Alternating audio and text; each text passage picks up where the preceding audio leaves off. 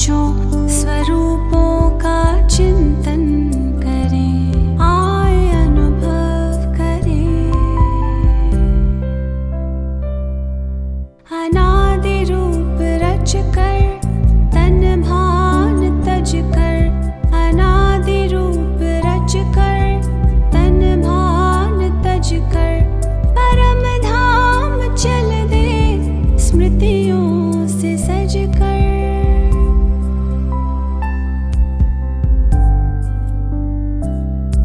प्रभु पास आकर किरण में नहाकर, उन साबने यादों में हम समा कर।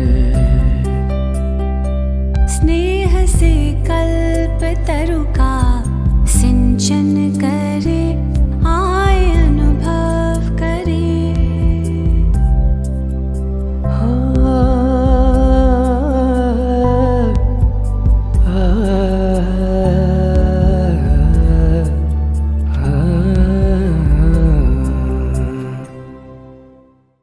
ओम शांति। अव्यक्त बाप दादा के 25/8/71 के महावाक्य। मुख्य 7 कमजोरियों को मिटाने के लिए 7 दिन का कोर्स। 1 सेकंड में वाणी से परे स्थिति में स्थित हो सकते हो, जैसे और कर्मेंद्रियों को जब चाहो जैसे चाहो वैसे हिला सकते हो, ऐसे बुद्धि की लगन को जहाँ चाहो जब चाहो वहाँ स्थित कर सकते हो, ऐसे पावरफुल बने हो। अगर विधि यथार्थ है तो विधि से सिद्धि अर्थात सफलता और श्रेष्ठता अवश्य ही दिन प्रतिदिन वृद्धि को पाते अनुभव करेंगे। कोई भी बात को परखने के लिए निशानियाँ होती हैं। उसमें मुख्य कमजोरियाँ कौन सी दिखाई देती? 1. स्मृति में समर्थी नहीं रही। 2. दृष्टि में दिव्यता अलौकिकता यथाशक्ति नंबरवार आई हुई है। और 3. वृत्ति में विल पावर न होने कारण वृत्ति एक रस न हो तो चंचल होती है। 4. निराकारी अवस्था का अटेंशन कम। मुख्य विकार देह अभिमान काम क्रोध तीनों का वार समय प्रति समय होता रहता। 5. संगठन में रहते संपर्क में आते वायुमंडल वाइब्रेशन अपना इम्प्रेशन डालता है। 6. अव्यक्त फरिश्ते की स्थिति कम होने कारण अच्छी व बुरी बातों की फीलिंग आने से फेल हो जाती। 7. अपने याद की यात्रा से संतुष्ट कम। यह है पुरुषार्थियों के पुरुषार्थ की नंबरवार रिजल्ट। अब इन 7 बातों को मिटाने के लिए 7 दिन का कोर्स जो औरों को कराते हो वो अपने आप को रिवाइज कराओ।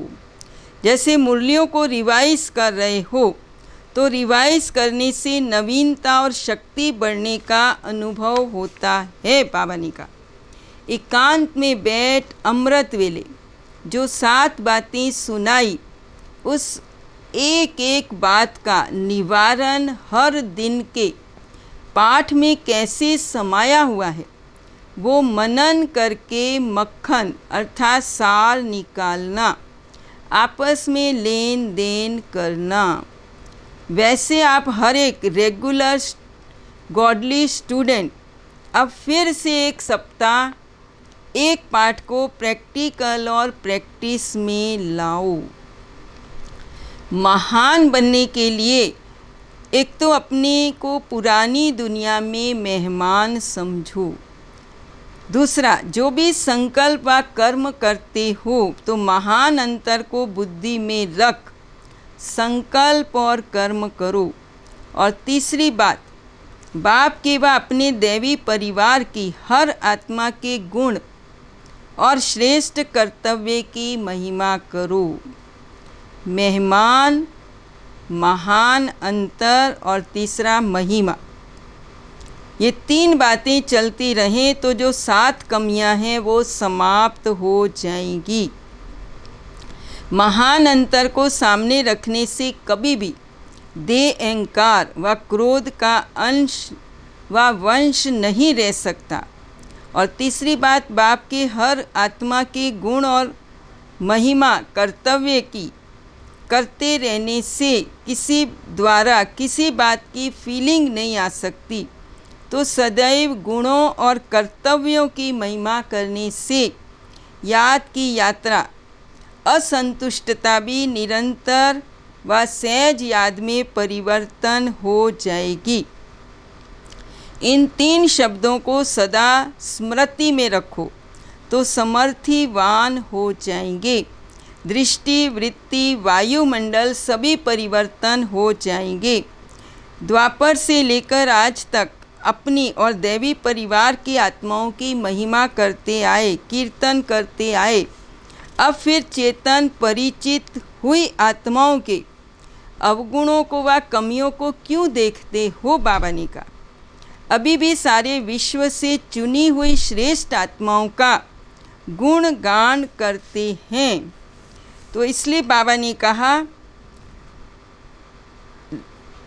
अपने आप को सभी से कड़ा बंधन कौन सा है? ये देह अभिमान।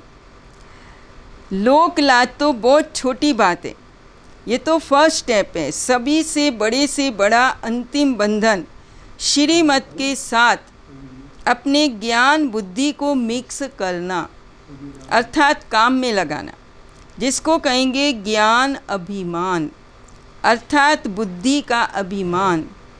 ये सभी से सूक्ष्म और बड़ा बंधन है। इस बंधन से क्रॉस किया तो मानो सभी से बड़ा जंप दिया।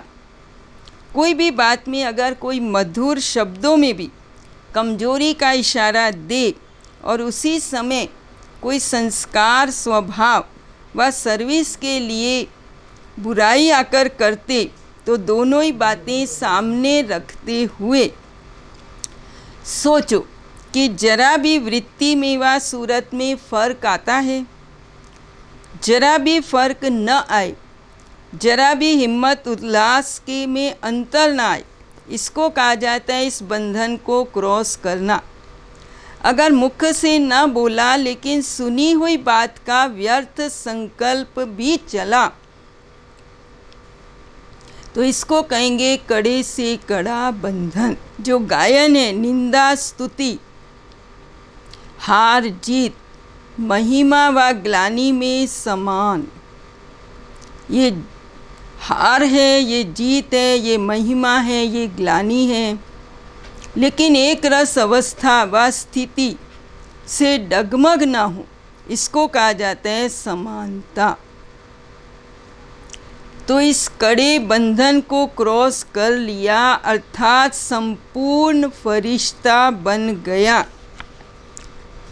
तो बाबा ने कहा, फरिश्ते की मुख्य क्वालिफ़िकेशन, फरिश्ता बनने के लिए 2 क्वालिफ़िकेशन, एक लाइट, दूसरा माइट। एक एक अलग गुण बताओ। एक है मनन, दूसरी है सहन शक्ति। तो जितनी सहन शक्ति होगी उतनी सर्वशक्तिमान की सर्व शक्तियाँ स्वतः प्राप्त होंगी। नॉलेज को भी माइट कहते हैं। इस लाइट के लिए फिर मनन शक्ति चाहिए। तो एक मनन शक्ति, दूसरी सहन शक्ति। जो सहन शक्ति वाला होगा उसमें निर्णय शक्ति, परखने की शक्ति, गंभीरता की शक्ति ऑटोमेटिकली एक के साथ अनेक आ जाते हैं। सहन शक्ति भी आवश्यक है और मनन शक्ति भी आवश्यक है। मनसा के लिए मनन शक्ति और वाचा तथा कर्मणा के लिए सहन शक्ति। सहन शक्ति वाले की है अव्यक्त स्थिति व शुद्ध संकल्पों के स्वरूप की स्थिति होगी। सहनशील की सूरत में चमक होगी। कैसा भी संस्कार वाले होंगे तो भी उनको अपनी सहन शक्ति से टेम्परेरी टाइम के लिए दबा लेंगी। तो दोनों शक्तियाँ चाहिए। अपने पुरुषार्थ में मन के संकल्प चलाने में भी सहन शक्ति चाहिए, जिसको कंट्रोलिंग पावर भी कहते हैं। तो बाबा ने कहा, नंबर 1 बिजनेसमैन बनने का सहज तरीका, अपने को बिजी रखने से ही नंबर 1 बिजनेसमैन बन जाएंगे। जो जितना चांस लेता उतना समझो अपने तख्त का निशान पक्का करता। बिजनेसमैन का अर्थ ही है जो एक संकल्प भी व्यर्थ न जाए, हर संकल्प में कमाई हो। जैसे वो बिजनेसमैन एक एक पैसे को कितना बना देते कमाई करके, तो ये भी एक एक सेकंड व संकल्प कमाई करके दिखाएं, उनको कहते नंबर 1 बिजनेसमैन। तो बाबा ने कहा, भले शरीर का रोग होता है, उसकी नॉलेज रहती है कि फलाना दर्द है, इसका ये निवारण है, क्योंकि ये लक्ष्य है। जितना शरीर ठीक रखेंगे उतना सर्विस करेंगे। तो ये साक्षीपन की स्थिति सदा रहे। बाबा ने कहा, चेकिंग करनी चाहिए। जैसे कोई की तकदीर में होता है तो सरकमस्टांस भी ऐसे बनते हैं जैसे कि लिफ्ट का रूप बन जाता है। त्याग और स्नेह, बुद्धि की लगन दिन रात बाबा और यज्ञ के तरफ रहे। पहले साकार स्नेही मन मना भव बने। स्नेह और संगठन की शक्ति है, तो आगे बढ़ना ही है। बाबा ने कहा, सदा अंतर्मुखी बन। जैसे ये अंडरग्राउंड इन्वेंशन करते, वैसे आप भी जितना अंडरग्राउंड अर्थात अंतर्मुखी रहेंगे उतना नई नई इन्वेंशन व योजनाएं निकाल सकेंगे। अंडरग्राउंड रहने से एक तो वायुमंडल से बचाव होगा, दूसरा एकांत प्राप्त होने के कारण मनन शक्ति बढ़ेगी, और तीसरा कोई भी माया के विघ्नों से सेफ्टी का साधन बन जाता है। अपने को सदैव अंडरग्राउंड अर्थात अंतर्मुखी बनाने की कोशिश करनी चाहिए। अंडरग्राउंड भी सारी कारोबार चलती है ना, वैसे अंतर्मुखी होकर भी कार्य कर सकते हैं। ऐसे नहीं कि कोई कार्य नहीं कर सकते, कार्य भी चल सकते, लेकिन अंतर्मुखी होकर के कार्य करने से एक तो विघ्नों से बचाव, दूसरे समय का बचाव, तीसरा संकल्पों का बचाव व बचत हो जाएगी। प्रैक्टिस है ना, बाबा ने कहा। कभी कभी अनुभव भी करते हो, अंतर्मुखी हो, बोलते भी हो, लेकिन बाहर मुक्ता में आते ही अंतर्मुक्ता, हर्षित मुक्ता, आकर्षण मूर्त भी रहेंगे। कर्म करते हुए ये प्रैक्टिस करनी है। जैसे स्थूल कारोबार का प्रोग्राम बनाते, वैसे अपनी बुद्धि की क्या क्या कारोबार है, क्या क्या कार्य बुद्धि को करना है, तो बाबा ने कहा उसका भी प्लान बनाओ। जब प्रोग्राम सेट करेंगे तभी ही समय की बचत और सफलता अधिक हो सकेगी। तो बाबा कहते सेवा में तपस्वी मूर्त तपस्या कर रहे हैं। जैसे वृक्ष के नीचे बैठ तपस्या करते, वृक्ष के नीचे बैठेंगे तो ना चाहते हुए भी फल फूल पत्तों आदि तरफ अटेंशन जाता ही है। तो ये भी जब कल्प वृक्ष के नीचे फाउंडेशन में बैठते हो तो सारे वृक्ष का नॉलेज बुद्धि में ऑटोमेटिकली रहता है। जैसे बीज में वृक्ष की सारी नॉलेज रहती है, इसी रीति अपने को इस कल्प वृक्ष का फाउंडेशन अर्थात वृक्ष के नीचे जड़ में अपने को समझते हो तो सारे वृक्ष की नॉलेज ऑटोमेटिकली बुद्धि में आ जाती है। ये जो आपकी स्टेज है उसका यादगार भक्ति मार्ग में चला आया है। यह है प्रैक्टिकल तपस्या कर रहे हो। तो बाबा कहते शुरू में ये नशा रहता था।